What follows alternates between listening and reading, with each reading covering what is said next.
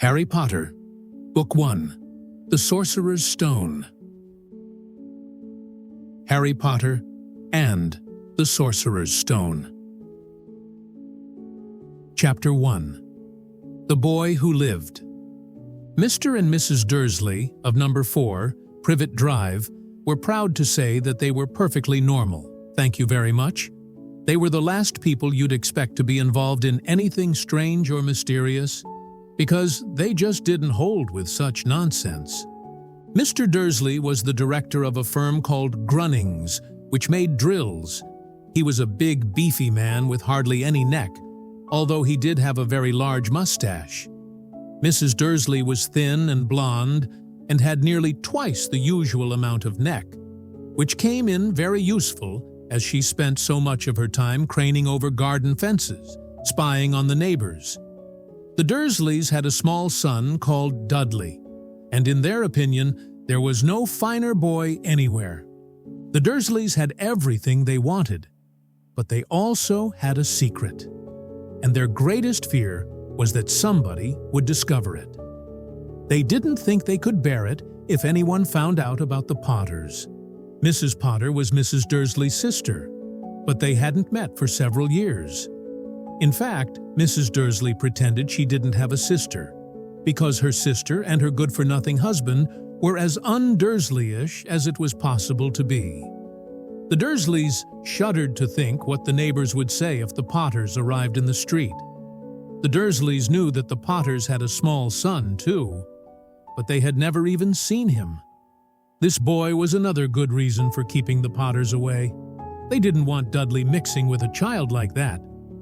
When Mr. and Mrs. Dursley woke up on the dull gray Tuesday our story starts, there was nothing about the cloudy sky outside to suggest that strange and mysterious things would soon be happening all over the country. Mr. Dursley hummed as he picked out his most boring tie for work, and Mrs. Dursley gossiped away happily as she wrestled a screaming Dudley into his high chair. None of them noticed a large, tawny owl flutter past the window. At 8:30, Mr. Dursley picked up his briefcase, pecked Mrs. Dursley on the cheek, and tried to kiss Dudley goodbye, but missed, because Dudley was now having a tantrum and throwing his cereal at the walls. "Little tyke!" chortled Mr. Dursley as he left the house. He got into his car and backed out of number 4's drive. It was on the corner of the street that he noticed the first sign of something peculiar: a cat reading a map. For a second, Mr. Dursley didn't realize what he had seen. Then he jerked his head around to look again. There was a tabby cat standing on the corner of Privet Drive, but there wasn't a map in sight. What could he have been thinking of? It must have been a trick of the light. Mr. Dursley blinked and stared at the cat. It stared back. As Mr. Dursley drove around the corner and up the road, he watched the cat in his mirror. It was now reading the sign that said, Privet Drive. No, looking at the sign, cats couldn't read maps or signs. Mr. Dursley gave himself a little shake and put the cat out of his mind. As he drove toward town, he thought of nothing except a large order of drills he was hoping to get that day. But on the edge of town, drills were driven out of his mind by something else. As he sat in the usual morning traffic jam, he couldn't help noticing that there seemed to be a lot of strangely dressed people about, people in cloaks. Mr. Dursley couldn't bear people who dressed in funny clothes, the get-ups you saw on young people. He supposed this was some stupid new fashion. He drummed his fingers on the steering wheel, and his eyes fell on a huddle of these weirdos standing quite close by. They were whispering excitedly together. Mr. Dursley was enraged to see that a couple of them weren't young at all. Why, that man had to be older than he was and wearing an emerald green cloak. The nerve of him! But then it struck Mr. Dursley that this was probably some silly stunt. These people were obviously collecting for something. Yes, that would be it. The traffic moved on, and a few minutes later, Mr. Dursley arrived in the Grunnings parking lot. his mind back on drills. Mr. Dursley always sat with his back to the window in his office on the 9th floor. If he hadn't, he might have found it harder to concentrate on drills that morning. He didn't see the owls swooping past in broad daylight, though people down in the street did. They pointed and gazed open, mouthed as owl after owl sped overhead. Most of them had never seen an owl even at nighttime. Mr. Dursley, however, had a perfectly normal, owl-free morning. He yelled at 5 different people. He made several important telephone calls and shouted a bit more. He was in a very good mood until lunchtime, when he thought he'd stretch his legs and walk across the road to buy himself a bun from the bakery. He'd forgotten all about the people in cloaks until he passed a group of them next to the baker's. He eyed them angrily as he passed. He didn't know why, but they made him uneasy. This bunch were whispering excitedly too, and he couldn't see a single collecting tin. It was on his way back past them, clutching a large donut in a bag, that he caught a few words of what they were saying. The Potters. That's right. That's what I heard. Yes, their son, Harry. Mr. Dursley stopped dead. Fear flooded him. He looked back at the whisperers as if he wanted to say something to them, but thought better of it. He dashed back across the road, hurried up to his office, snapped at his secretary not to disturb him, seized his telephone, and had almost finished dialing his home number when he changed his mind. He put the receiver back down and stroked his mustache, thinking, no, he was being stupid. Potter wasn't such an unusual name. He was sure there were lots of people called Potter who had a son called Harry. Come to think of it, he wasn't even sure his nephew was called Harry. He'd never even seen the boy. It might have been Harvey or Harold. There was no point in worrying Mrs. Dursley. She always got so upset at any mention of her sister. He didn't blame her, if he'd had a sister like that. But all the same, those people in cloaks.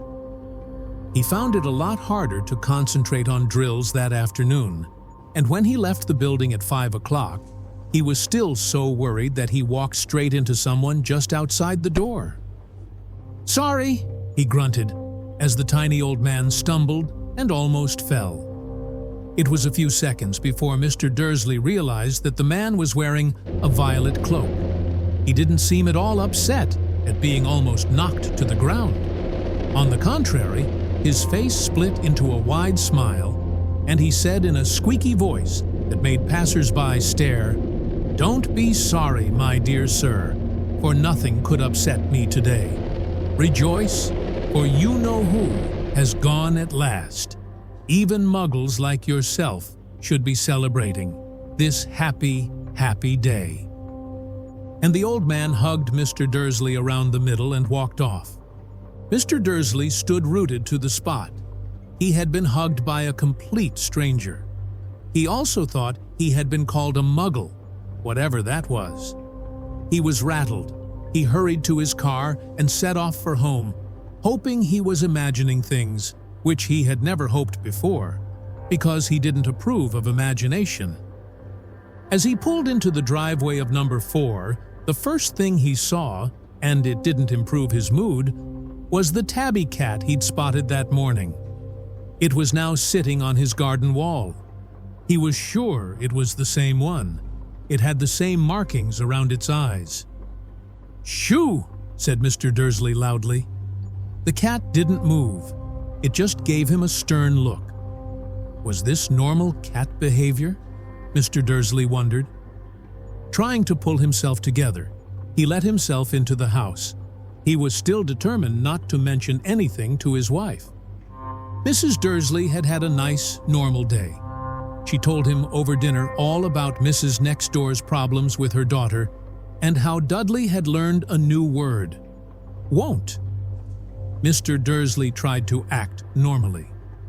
When Dudley had been put to bed, he went into the living room in time to catch the last report on the evening news. And finally, bird watchers everywhere have reported that the nation's owls have been behaving very unusually today. Although owls normally hunt at night and are hardly ever seen in daylight, there have been hundreds of sightings of these birds flying in every direction since sunrise. Experts are unable to explain why the owls have suddenly changed their sleeping pattern. The newscaster allowed himself a grin. Most mysterious. And now, over to Jim McGuffin with the weather. Going to be any more showers of owls tonight, Jim? Well, Ted, said the weatherman, I don't know about that, but it's not only the owls that have been acting oddly today.